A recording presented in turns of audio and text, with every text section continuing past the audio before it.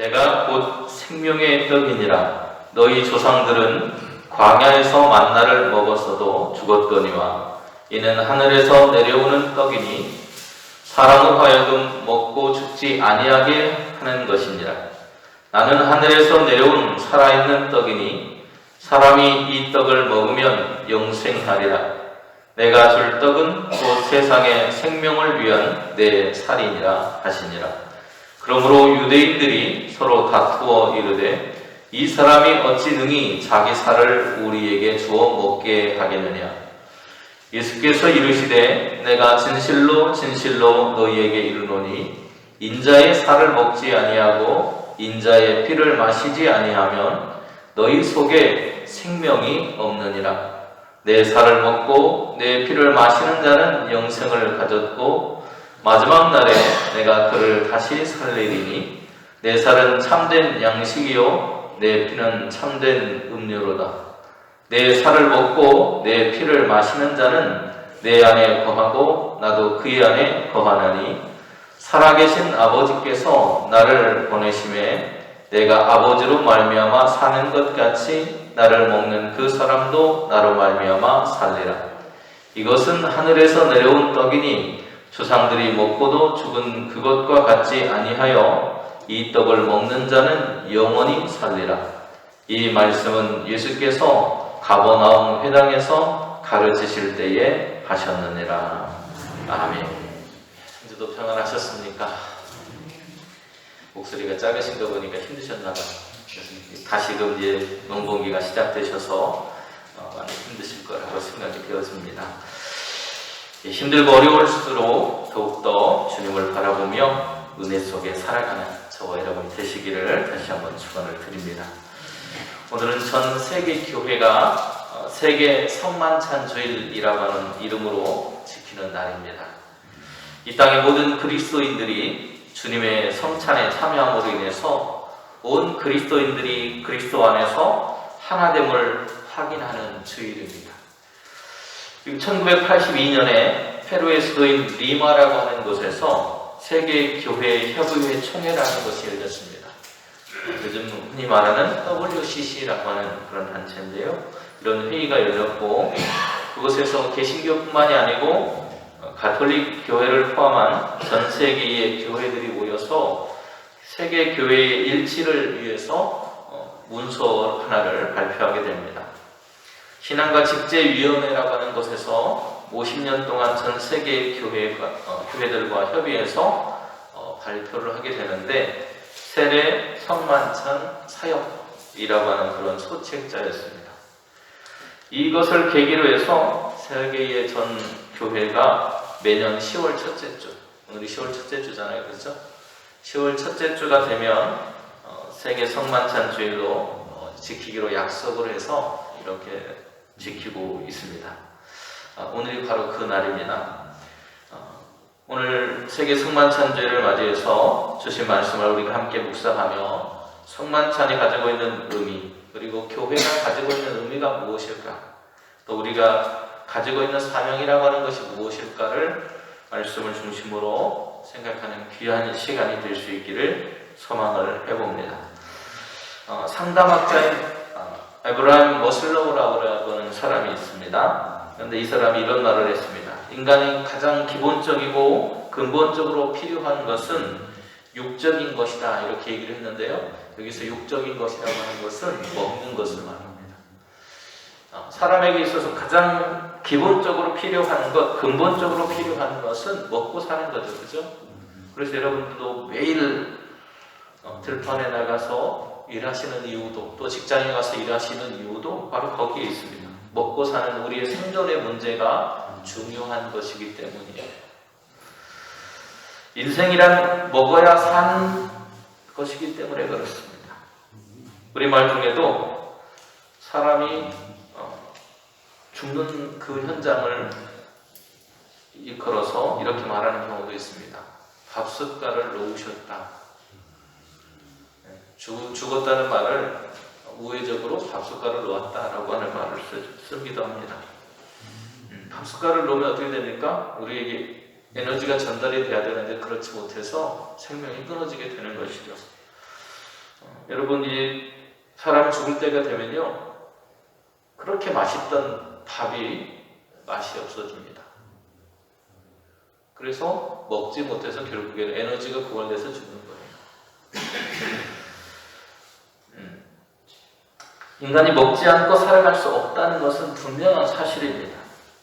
출애굽기에도 광야에서 하나님을 믿고 나왔던 이스라엘 백성들이 가지고 온 음식이 떨어졌을 때 어떤 일이 벌어졌습니까? 백성들이 이거 죽겠네 하면서 모세에게 달려와서 밥 내놓으라고 소리치면서 데모했습니다. 바로 그러한 모습들이죠. 음식이 떨어지니까 죽게 됐다고 하면서 불평과 원망을 늘어놓았던 그들의 모습, 그것이 우리가 살아가고 있는 삶의 모습이라는 거예요. 인간은 먹지 않으면 살 수 없기 때문에, 빵을 먹지 않으면 살아갈 수 있는 힘을 얻을 수 없기 때문에 오늘 그러한 현상들은 나타납니다. 오늘 먹는 것에 관한 그런 설교를 준비하기 위해서 논문을 하나, 제가 짧은 논문을 읽었는데요. 거기 보니까 이런 글들이 있더라고요.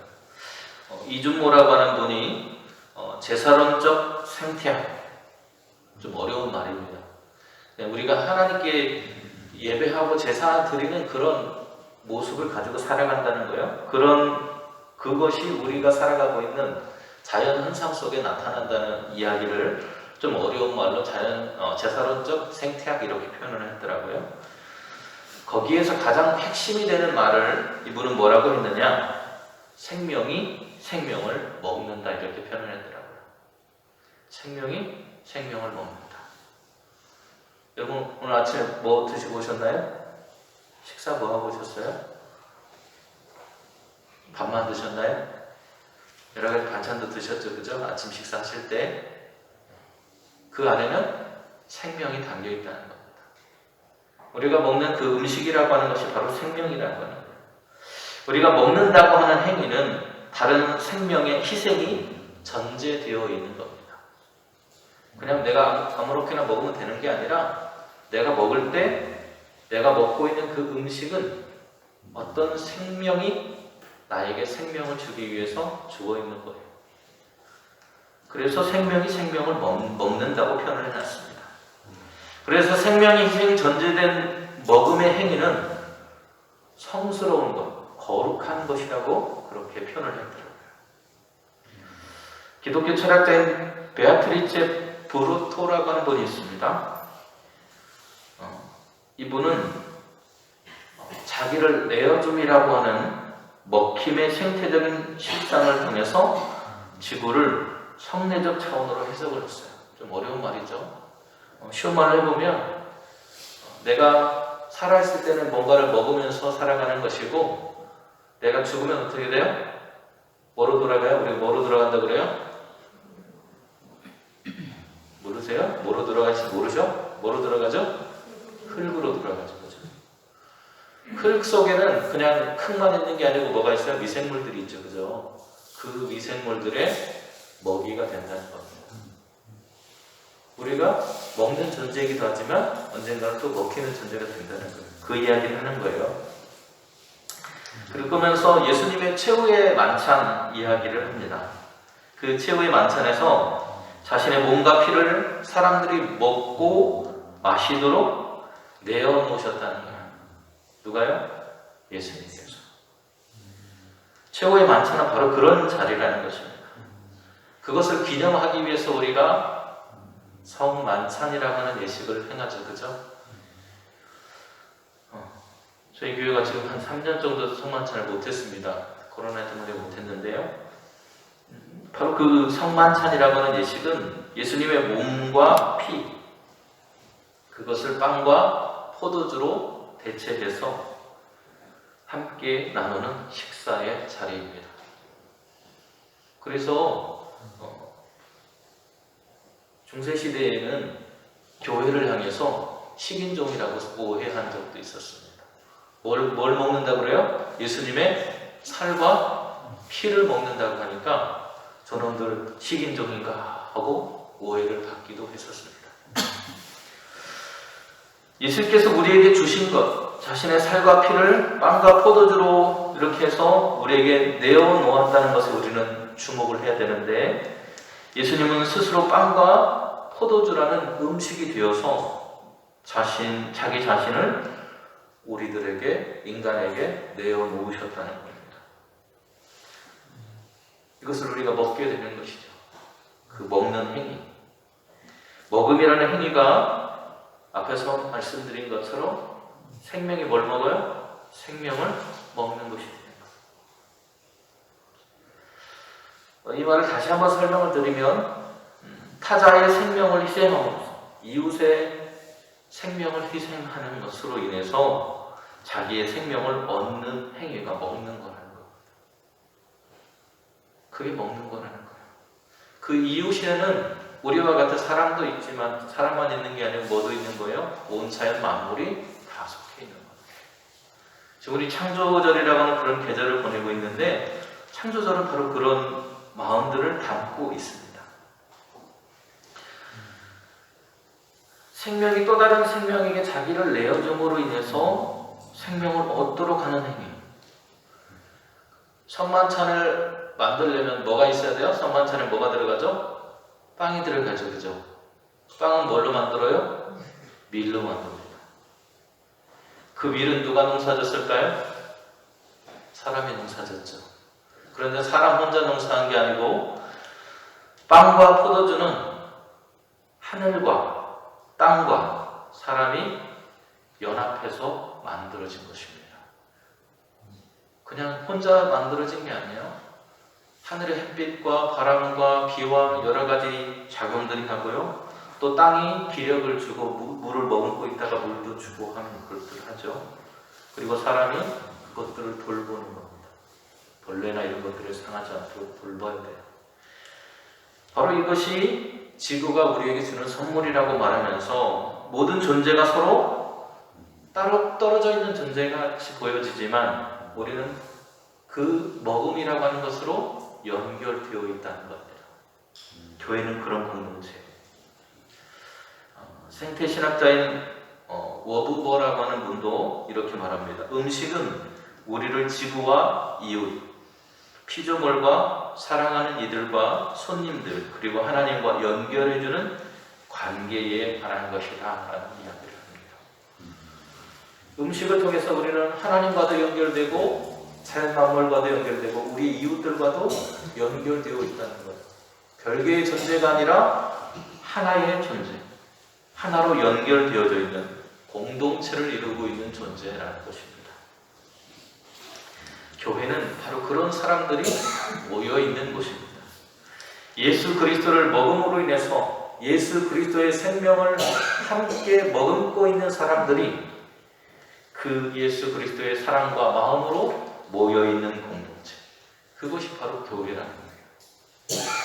우리는 예수를 먹음으로 인해서 예수 그리스도와 하나 된 공동체를 이루고 있는 사람들입니다. 뿐만 아니라 온 세상은 생명의 떡으로 자신을 내어주신 예수 그리스도를 통해서 우리와 연결되어 있는 공동체라는 거예요.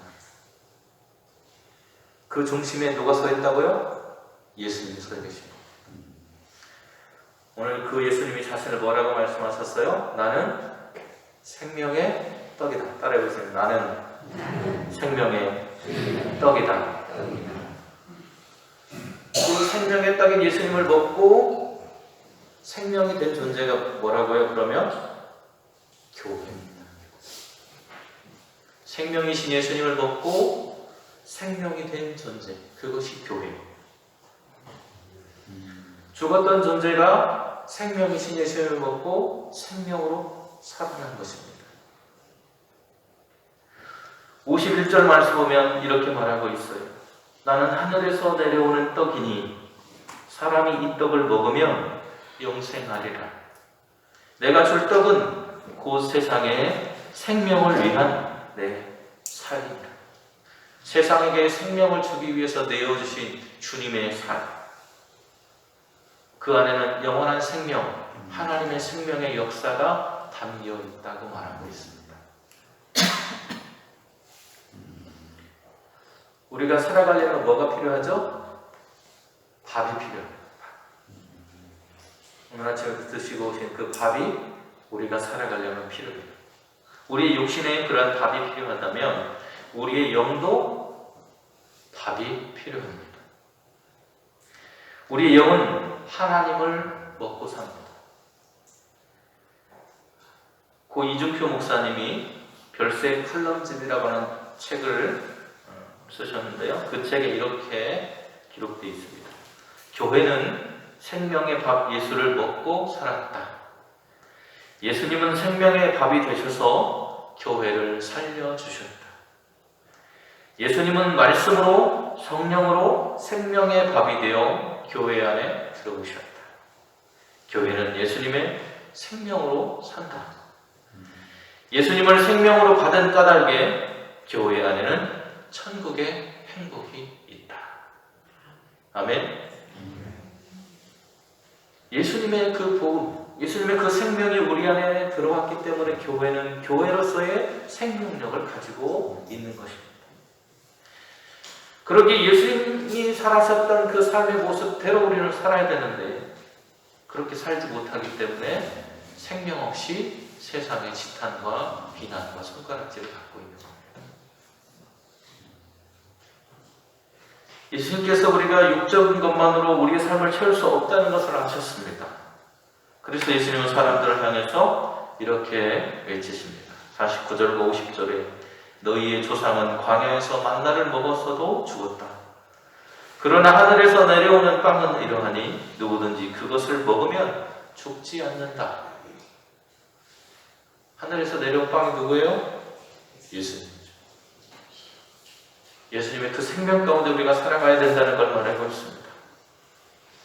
예수님은 육적인 빵만이 아니라 근본적으로 우리의 삶 속에 있어야 하는 것이 예수님이라고 말하고 있는 거예요. 하나님의 생명이 있어야 된다고 말하는 것입니다. 하나님의 생명으로 오신 생명의 떡, 그것이 바로 자신이라고 말씀하고 계신 거예요. 교회는 바로 그 생명의 떡이신 예수 그리스도를 먹고 마심으로 새로운 공동체를 이룬 사람들입니다.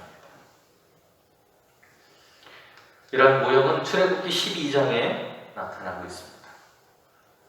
애굽에서 종으로 살아가던 사람들, 모든 권리를 빼앗긴 채 폭력과 억압 아래에서 살아가는 사람들, 자신의 편이 아무도 없어서 괴로운 그 신음 속에서 종으로 모든 것들을 빼앗기고 살아가던 히브리의 노예들. 그런데 모세를 통해서 그들의 편에 서시겠다고 선포하신 분이 계십니다. 나는 여호와라. 하나님께서 그들의 편에 서 계십니다. 그들을 그곳으로부터 해방해 주시겠다고 그것이 너희를 사랑하는 데 공식이라고 말씀하십니다. 하나님의 역사가 이루어지던 그 현장에 이런 모습이 드러나고 있습니다. 출애굽기 12장 2절에서 4절 그리고 11절입니다. 이 달을 너희에게 달의 시작 곧 해의 첫 달이 되게 하고 너희 각자가 어린 양을 취할지니 각 가족대로 그 식구를 위하여 어린 양을 취하되 식구가 너무 적으면 그 집의 이웃과 함께 사람 수를 따라서 하나를 취하며 너희는 그것을 이렇게 먹을지니 허리에 띠를 띠고 발에 신을 신고 손에 지팡이를 잡고 급히 먹으라. 이것이 여호와의 유월절이니라. 유월절에 대한 이야기가 나오고 있어요. 그런데 여러분, 유월절이 시작되면서 새로운 달이 시작한다고, 새로운 해가 시작한다고 말하고 있습니다. 유월절은 새로운 삶의 시작이라는 거예요. 유월절은 생명으로 다시 살아가는 삶의 시작이라고 말하고 있는 것입니다. 지금까지는 우리 가족만 위해서 살았습니다. 우리 가족만 먹고 살면 됐어요. 그런데 유월절이 시작되면서 가족이 없는 사람들도 있잖아요. 우리가 살다 보면. 그렇죠. 그렇잖아요. 혼자 사시는 분들도 있잖아요. 그런데 그 사람들은 양을 잡아서 혼자 먹을 수가 없으니까 어떻게 해요? 옆집 사람들하고 같이 나눠 먹는 거예요. 그러면서 뭐가 되는 거예요? 음식을 함께 나눈 피의 생명을 함께 나눈 뭐가 되는 생명의 가족이 되는 것입니다. 그것이 교회의 출발이에요. 어떻게 보면. 그리스도의 생명을 나눈 것처럼 어린 양, 우리의 죄와 사망을 대신 짊어진 그 어린 양의 생명이 그것을 먹는 그들로 하여금 생명이 있는 새로운 가족으로, 공동체로 살아가는 시작이 되었다는 것. 어린 양의 희생을 통해서 생명을 얻은 히브리 노예들의 모습이 바로 그렇다는 거예요. 그들은 함께 먹는 어린 양을 통해서 새로운 공동체를 이룬 것입니다. 죽음의 권세로부터, 애굽의 압제로부터 해방된 새로운 공동체는 피로 맺어진 혈연간의 관계, 그 가족 공동체만을 말하는 것이 아니라는 거예요. 새로운 방식, 하나님의 역사를 경험하고 그 역사 속에서 생명의 피를 함께 나누고 그 음식을 통해서 생명을 얻은 존재다. 바로 그러한 것을 기념하는 것이 6월절이고 또 그것이 주님이 우리에게 맡기신 성만찬, 최후의 만찬 때 보여주신 그 만찬이라는 거예요. 출애굽기 12장 12절에서 14절은 이렇게 기록하고 있습니다. 애굽 땅에 있는 모든 처음 난 것을 다 치고 애굽의 모든 신을 내가 심판하리라. 나는 여호와라. 내가 애굽 땅을 칠 때에 그 피가 너희가 사는 집에 있어서 너희를 위하여 표적이 될지라. 내가 피를 볼 때에 너희를 넘어가리니 재앙이 너희에게 내려 멸하지 아니하리라. 이날을 기념하여 여호와의 절기를 삼아 영원한 규례로 대대로 지킬지니라. 그들을 괴롭히던 애굽으로부터 하나님이 그들을 심판하시고 우리를 구원하셨다는 이야기를 하고 있죠. 그렇죠? 그러면서 나는 여호와라 선포하십니다.